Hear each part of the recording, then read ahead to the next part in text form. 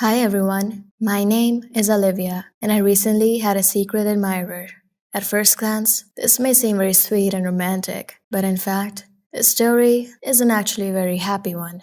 And the way it ended wasn't anything like a romance movie. Well, first, maybe I should start with some background information. Since I was a child, I've been going to a modeling school. I've even made some decent progress there. A lot of people were sure I'd be walking the catwalk in the future. And well, I don't mind. I thought it seemed cool, profitable, and prestigious. Modeling. It sounded like something to be proud of. The girls from the modeling school were insanely jealous of me, and didn't hide it. We pretty much openly disliked each other. One day, we all had to participate in a beauty contest, and the outcome shocked me. I finished last, and the meanest of the other students, Susie, won. I couldn't wrap my head around it. It dealt a serious blow to my self-esteem. Why her exactly? And why exactly was I in the last place? Was it that bad and hopeless? I ended up falling into a deep depression. I stopped caring about anything. I can't even express how I felt.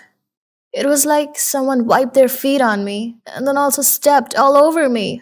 No wonder they say, the higher you are, the harder you fall. For about a month, I was in a kind of void, not caring about sleep or food. It was as if I wasn't myself at all. That is, not a clever and a beautiful woman, but some depressed idiot.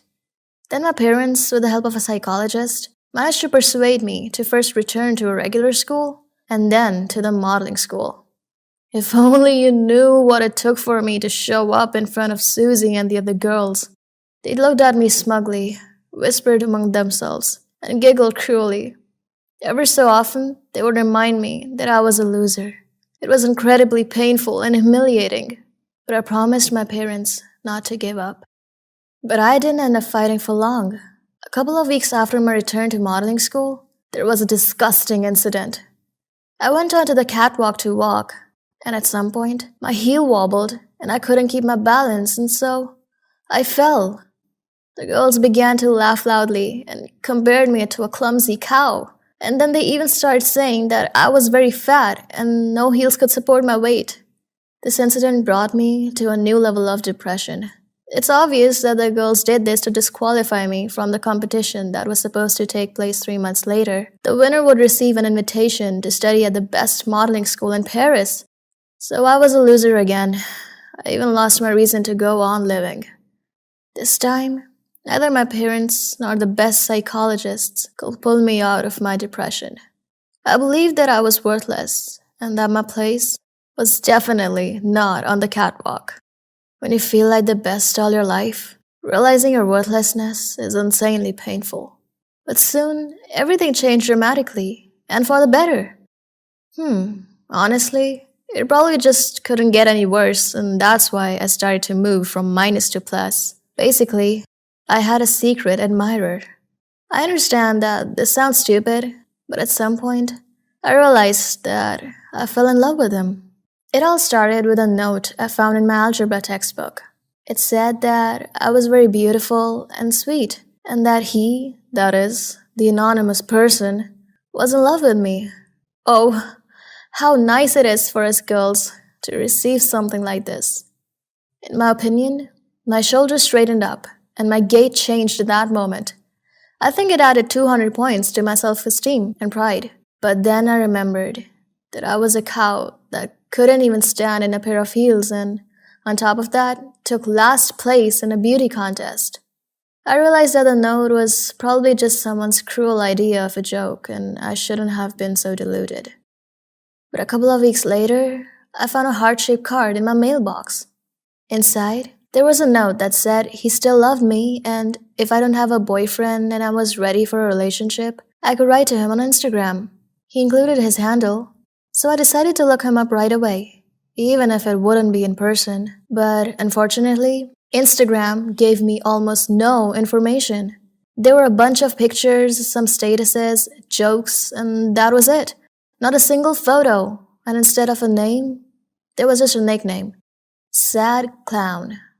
Well, I also needed a clown. Once again, I doubted how serious any of this was, but I still subscribed to his account.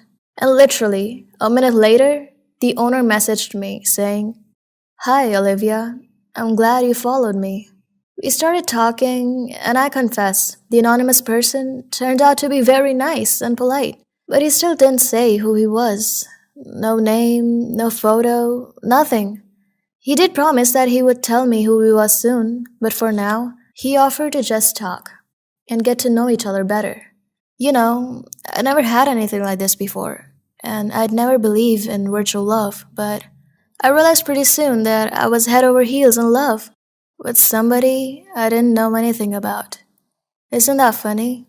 Very. But I was completely at the mercy of my feelings and wasn't thinking that all of it was just made up. And I often thought, who was he? Maybe it was Max from my year. He had recently picked up my fallen textbook. That could be a sign that he liked me, right? Or maybe it was Jack in 11th grade. A couple of weeks before, he started saying hi to me. Oh, I had so many of these kinds of thoughts, and there's no way you can know for sure. And there's a suspense. Every now and then, an unknown person put flowers on my doorstep, had chocolates and stuffed animals delivered, and I went crazy from the tension. He also showered me with endless compliments. And when I told him about my fiasco at the modeling school, he began to persuade me to return there, because he had no doubt that I was the best and deserved all the victories and awards.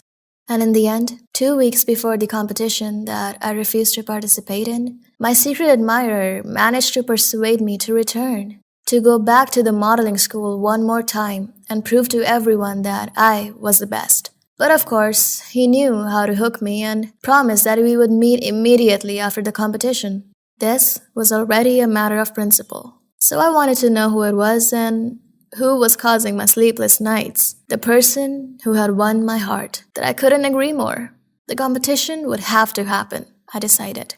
Yes, after returning to modeling school, I had a hard time again because Susie and her team came after me just as much as ever.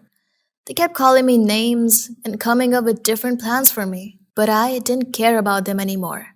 Let them say whatever they wanted. All that mattered was that I had him and that he believed in me. I was as inspired by my love and didn't notice anything else going on around me. And yes, it made me give my best walk on the catwalk. 100%. The day of the competition came. I was very nervous. But that morning, my secret admirer sent me a bouquet of flowers and a postcard. He told me not to doubt my abilities, not to forget that I am the best. And he told me that he loved me. It was so sweet. And for his sake, and for the sake of meeting him, I was ready to blow up on the catwalk on my way out. Everything went even better than I expected. This time, I had no equal, and I won an absolute victory. Now, Susie and her friends were the losers, and I could look them straight in the eyes. But I wasn't bothering with them because I had a meeting with my secret admirer and Paris to look forward to. It was strange that, before, I didn't think that moving to Paris could get between us, although, how can you separate those who have never seen each other? After the competition, I rushed to share my joy with him and ask when our meeting would take place, but my message wasn't read. Maybe he had some business? Still, stuff comes up, life happens, and it was worth waiting a little bit. Meanwhile, my parents congratulated me on my win and invited me to a restaurant to celebrate. We had dinner in one of the best places in the city. My mother told me how proud she was of me, and my father gave me a beautiful necklace. But none of us brought me any joy at all. After all, my beloved secret admirer still hadn't read any of my messages, and I was starting to get worried. Ever so often, my parents would ask me why I was so sad, but I didn't want to tell them. The next day, I started to think that this whole thing was someone's trick and that I was stupidly deceived. My admirer deleted his account on Insta, and there was no news from him. Then I realized that I was starting to slide into the abyss again, and I didn't need this victory at all. I wanted love. And Paris? Why did I need it if I was used again? I told my parents that I wasn't going anywhere and that I was done with modeling school. It wasn't for me. I didn't want to have anything to do with this industry, and I wanted to be left alone. When I said this, My parents got furious. They shouted that it took me so long to achieve this, and it would be foolish now to give up the success that I already had in my grasp. The argument that started up between us led to an interesting discovery. At some point, my mother said that my victory cost them and my father a lot, and they couldn't allow me to act like it didn't mean anything. And then I found out that my parents were the ones who pretended to be my secret admirer. They didn't know how to get me out of depression and back into modeling school. And they couldn't think of anything better than creating a fake secret admirer. Which means, all this time, my mom and dad were the ones giving me gifts and showering me with compliments, not some cool boy. I didn't even know what could be worse than that. You see, all this time I was sharing with them the most intimate thoughts. I confessed my love for them, and they, it turns out, just used me. It was terrible. I firmly stated that I wouldn't fly to Paris and asked them to never again try to lure me back into modeling school. I was done with it. I wanted to take a different path. At some point, my parents realized that their efforts were in vain and left me alone. But I don't know if I'll ever be able to love them again, or, honestly, if I'll ever really believe in love again. Would you, in my place, be able to forgive your parents? Write your answers in the comments and